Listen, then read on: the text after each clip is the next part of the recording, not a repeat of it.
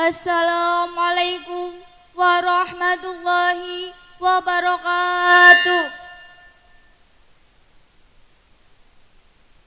Alhamdulillahi alamin wa bihi nasta'in ala umri dunya waddin. Wassalatu wassalamu ala sayyidina wa habibina wa syafi'ina wa maulana Muhammad wa ala alihi wa sahbihi ajma'in, amma ba'du. Alhamdulillah, kita ungkapkan sebagai rasa syukur kita kepada Allah Subhanahu wa Ta'ala karena berkat rahmat, taufik dan hidayahnya kita diberikan kesehatan serta kemampuan untuk berbuat baik sehingga kita ikhlas melaksanakan kewajiban-kewajiban kita sebagai muslim, juga bisa menjalankan amal-amal kebaikan lainnya sebagai orang Islam taat seperti halnya membaca Al-Quran.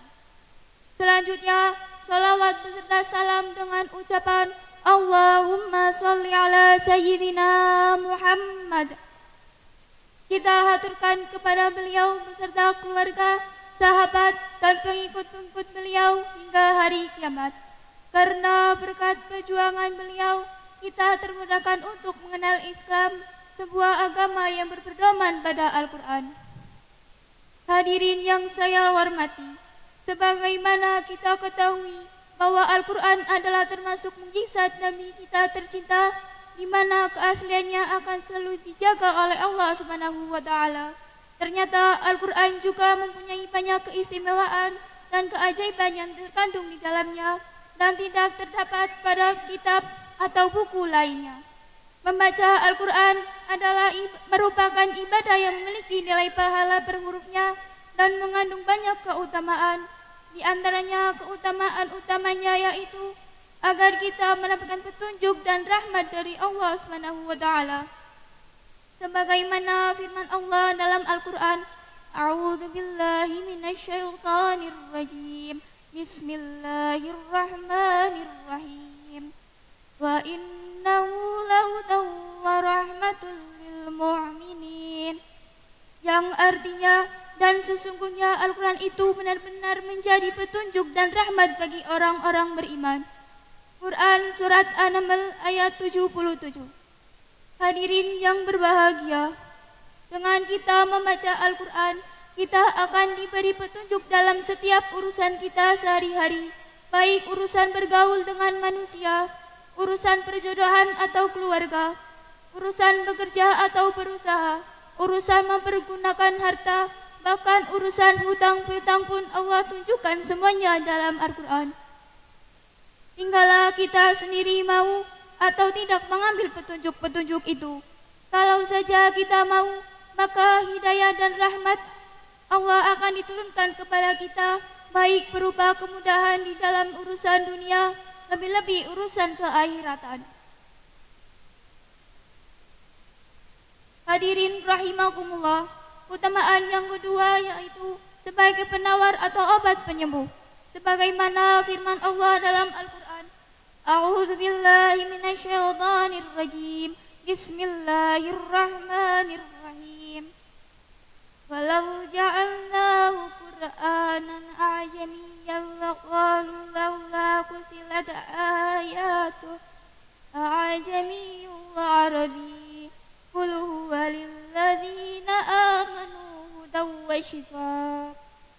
Walladzina la yu'minuna fi آذانهم وقر وهو عليهم عمى أولئك ينادون من مكان بعيد.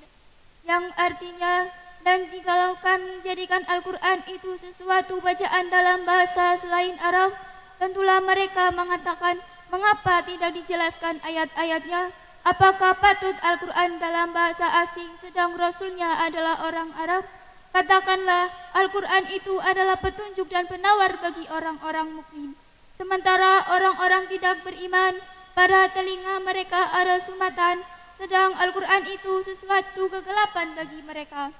Mereka itu adalah seperti dipanggil dari tempat nan jauh.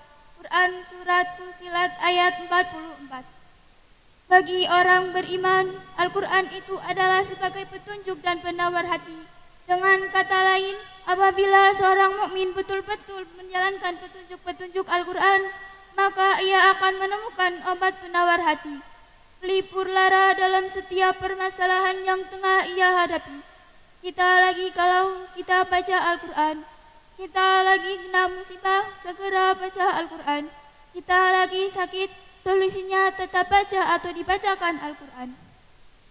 Bagi orang-orang beriman, ayat-ayat Al-Quran dapat bereaksi sebagai obat penawar, obat atau solusi, baik secara langsung atau tidak langsung ataupun berangsur. Misalnya berkah membaca Al-Quran, pikiran kita jadi tenang, masalah atau penyakit kita mereda lalu menghilang atau sembuh. Bisa jadi kita temukan obat unik yang tak pernah dibayangkan sedikit pun sebelumnya. Jika Al-Quran menghendaki, jika Allah menghendaki, maka tidak akan ada satu hal yang tidak mungkin.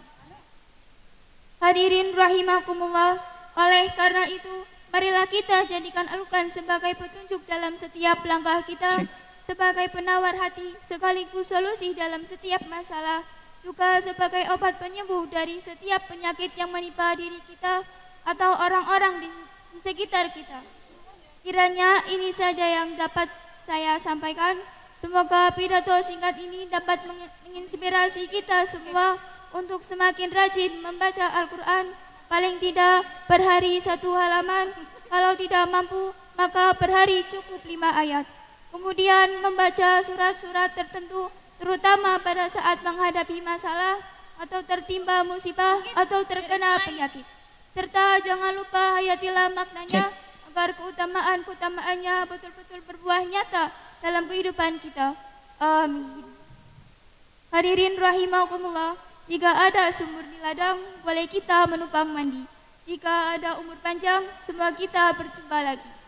Terima kasih atas segala perhatiannya. Mohon maaf jika ada kesalahan dan atau kekurangan. Wallahul muwaffiq ila aqwamit thariq. Wassalamualaikum warahmatullahi wabarakatuh.